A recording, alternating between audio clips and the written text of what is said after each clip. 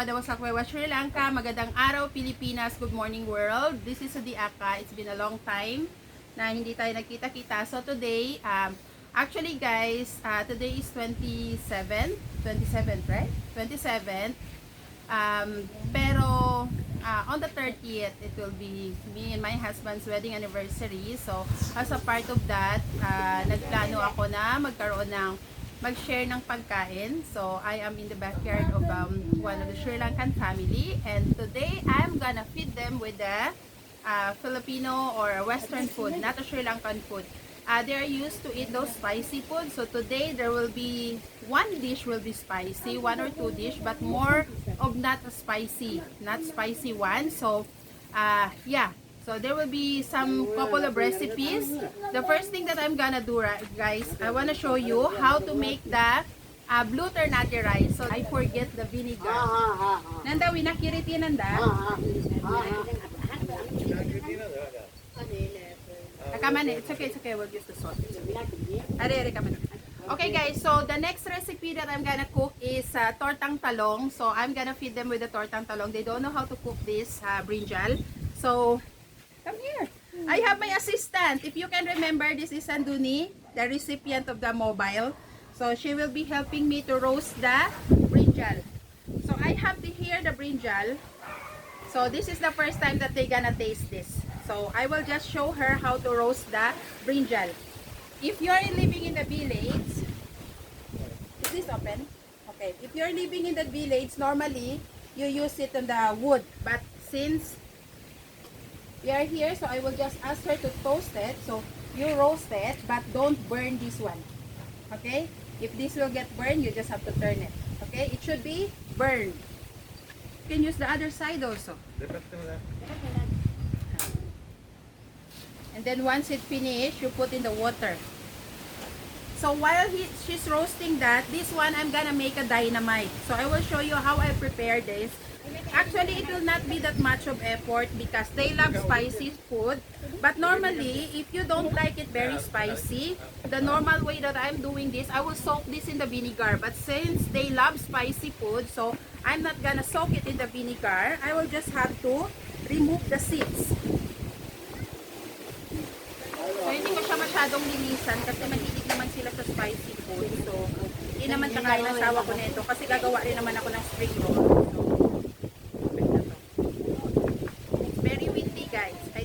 Cyclone, and if you can see, it's a bit gloomy, but then backyard cooking is always the best. So to keep it crunchy and lessen normalize the spiciness, we have to soak it on the salt water, maybe like 10-15 minutes only. But if you want it really not spicy, you have to take out all the seeds, and then you have to take out all the seeds because it's the seeds that make the chili spicy, and then you soak it in the vinegar. So I already have a ready filling for that. So while waiting for the others to cook, I will be wrapping the spring roll. The spring roll will be I will be preparing the chicken, sorry. So I will show you later the finished product of the next preparation, the next procedure that we're gonna do with the dynamite and the tortang talong. So now I will be moving on to the next recipe. So that's it for this, and I will continue it later. So the next one, the other recipe that I'm gonna cook, I'm going to make buffalo chicken. So I have here all the chicken wings. So I will be cooking chicken buffalo wings.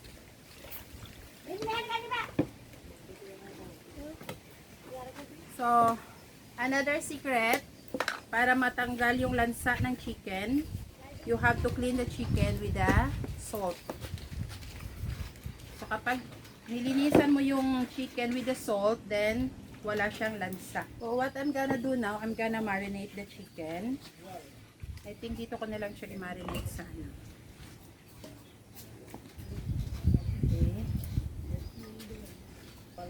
Put some black pepper. Husband is not eating spicy, so I will make this really spicy. At least they have something spicy because for Sri Lankan, their tongue are used of the spicy food. So if the food is not spicy, something that no taste for them. So, thank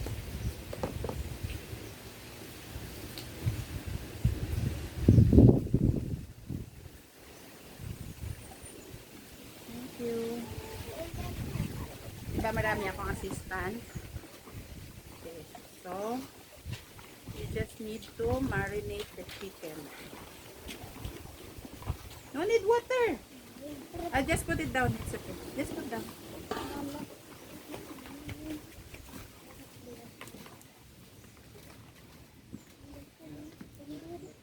Okay, so while this chicken is marinating, I have to coat this with the flour.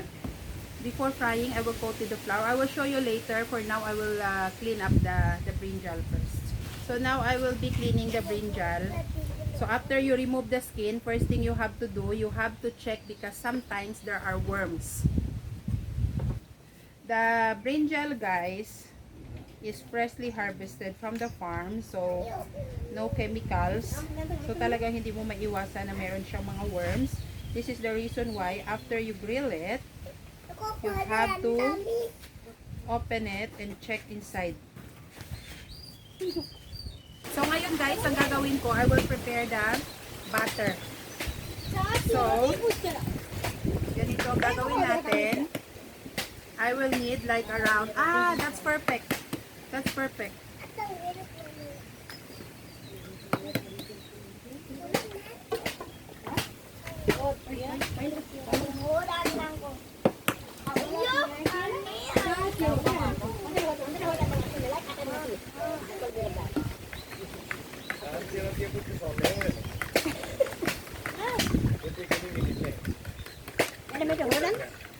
Wash lang daw.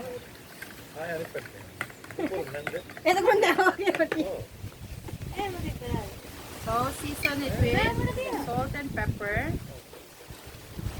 Oh, the pepper goes in. It's very windy.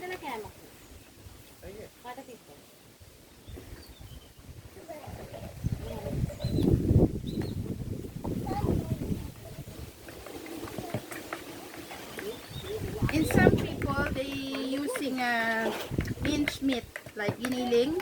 Pero sa akin, I will just use a plain egg and some chopped onion.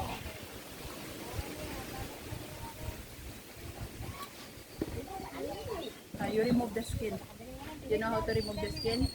You use water. Okay.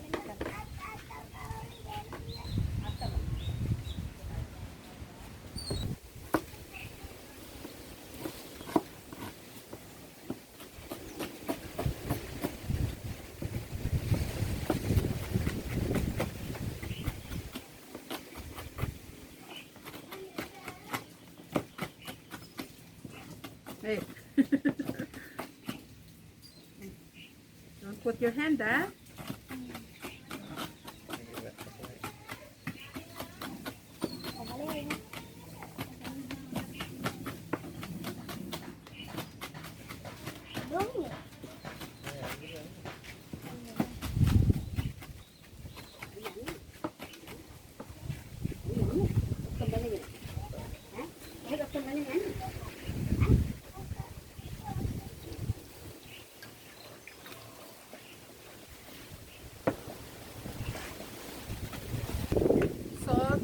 Pepper, chopped onion, and then you will just have to soak it here until we will fry it later. So now time for the chicken to fry. That's the second step of the chicken. So I already marinated the chicken. Next thing I have to do, I have to put some flour.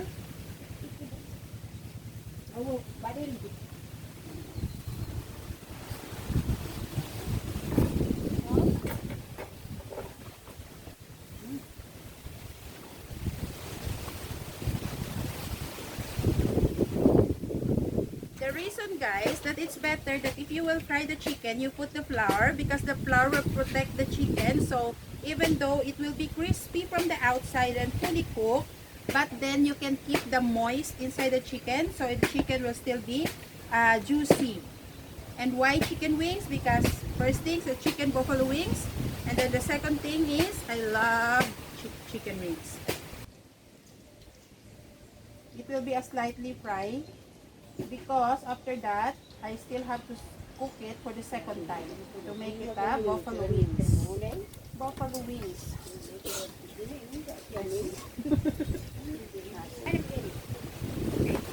So I have it here. I prepared this at home. This is a mashed potato. So I boiled the potato, I mashed the potato, and then the sauteed chicken, minced chicken, and with the onion. I saute it with the onion, black pepper, salt, or I mean like season it.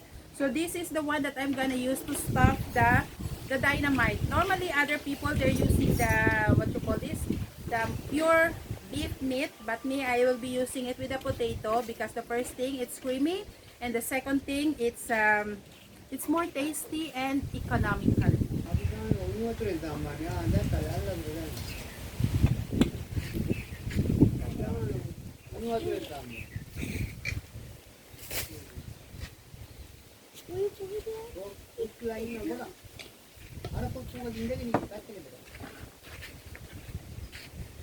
So guys, ngayon, cooking time na. Sobrang windy, kaya hindi ko masyadong pinokos lahat. Kasi ano, matagal yung pagpiprito. Yung ibang rolls is lumambot na yung wrapper. Kasi tumulong sila.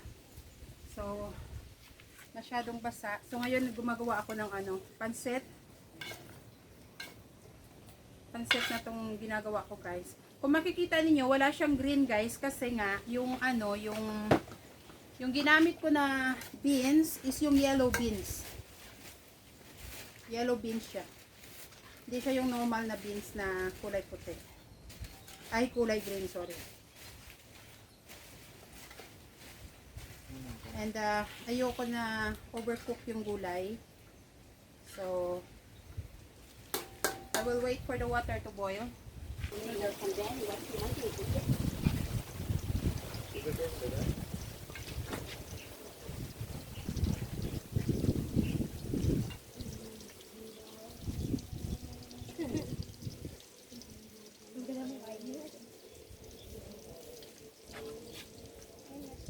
Is it a song or a prayer? Prayer? It's a song or prayer? It's prayer? If it's prayer, it's okay. Ah, you should say something. Just lower the sound.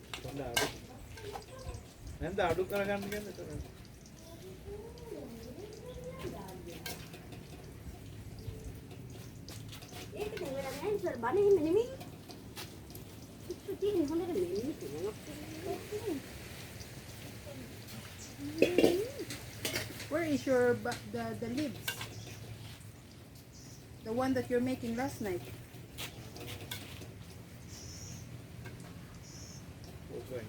Yeah, you can prepare the table. You bring the other stuff that I don't need anymore.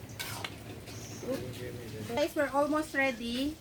Now I will show her how to make the chicken buffalo wings. Okay?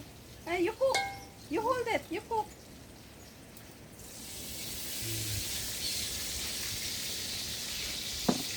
So first, no good oil.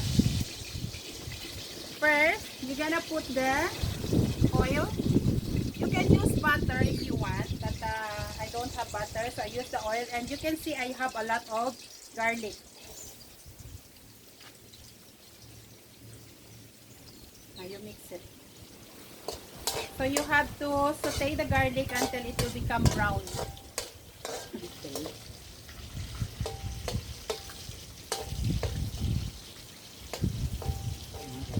This is spicy or not? Can you eat spicy? No?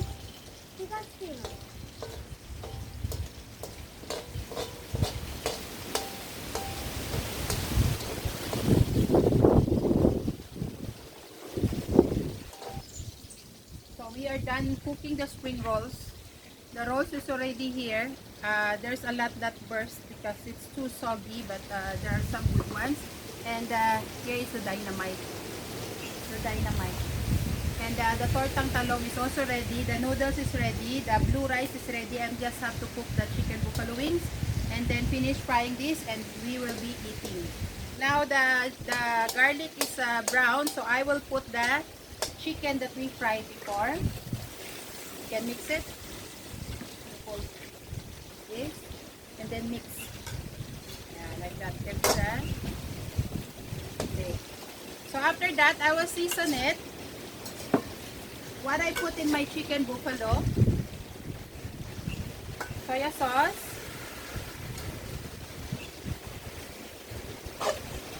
tomato sauce,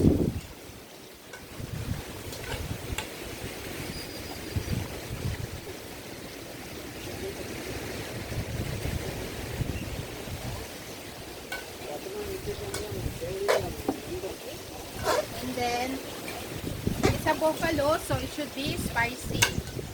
So I put the black pepper first.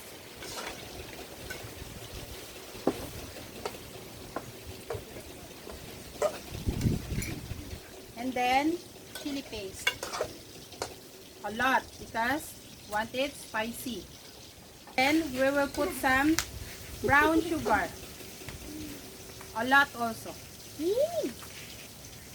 So it will be spicy, sweet.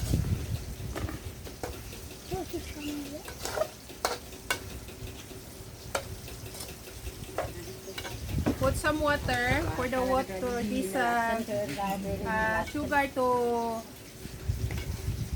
for the sugar to melt, and then you will just leave it like that until it will dry. So I'm all done cooking, so now I'm gonna show you the food before we will start eating. So I'm all done cooking, so now I'm gonna show you the food before we will start eating. So here are the food that of course, yung bihon, and then look at that, the table. Well, look at our placemat. It's made of the coconut. Yeah. Then the spring rolls is not that pleasant because it was soaked. But then, yeah, that's a spring roll, chicken spring roll. And I have here a chicken dynamite. This is a dynamite. It's a capsicum with stuffed with tomato. I put a potato with the chicken. Tortang talong here. Brinjal omelette. And my chicken buffalo wings, my own version. So sweet and spicy. And I put some onion for the crunch. Pansit bihon, typical Filipino food. And this is our blue rice. The ternate, blue ternate rice, or the rice with the, what you call this? Butterfly pea. See, look at that. It's very blue. Very nice. And with the raisins, of course. So we will start eating.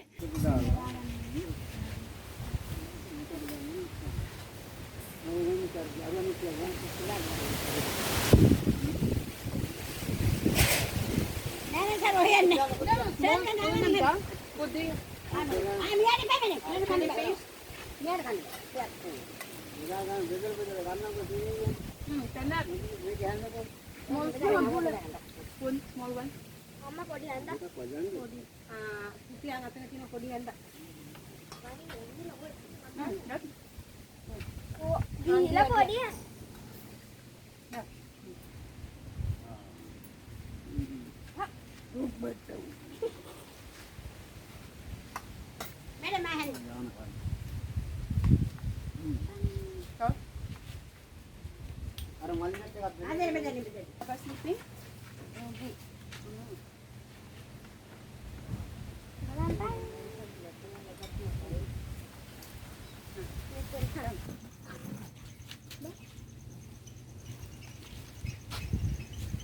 Mudra pala nila.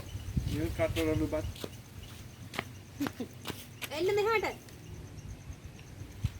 Bayan mo. Enne malki enne. Amma gedara.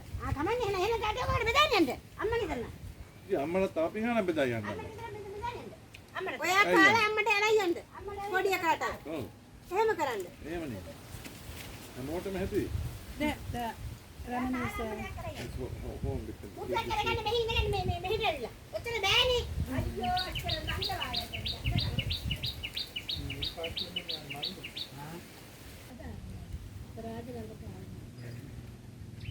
හා. ඒක තමයි කැහුලාකම ටිකක් තියන්න කියන්නේ කැහුලාකම. ඒකද මෙහෙ නංගි. ඒකද මම ගන්නවා.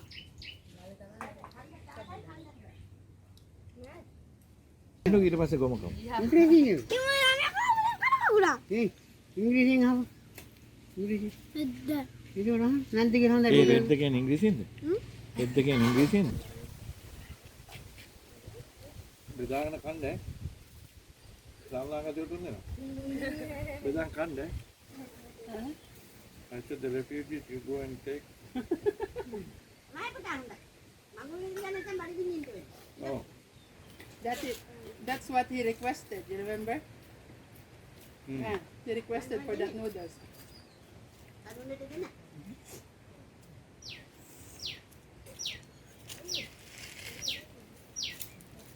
Look at the weather. Sampai west gila nih.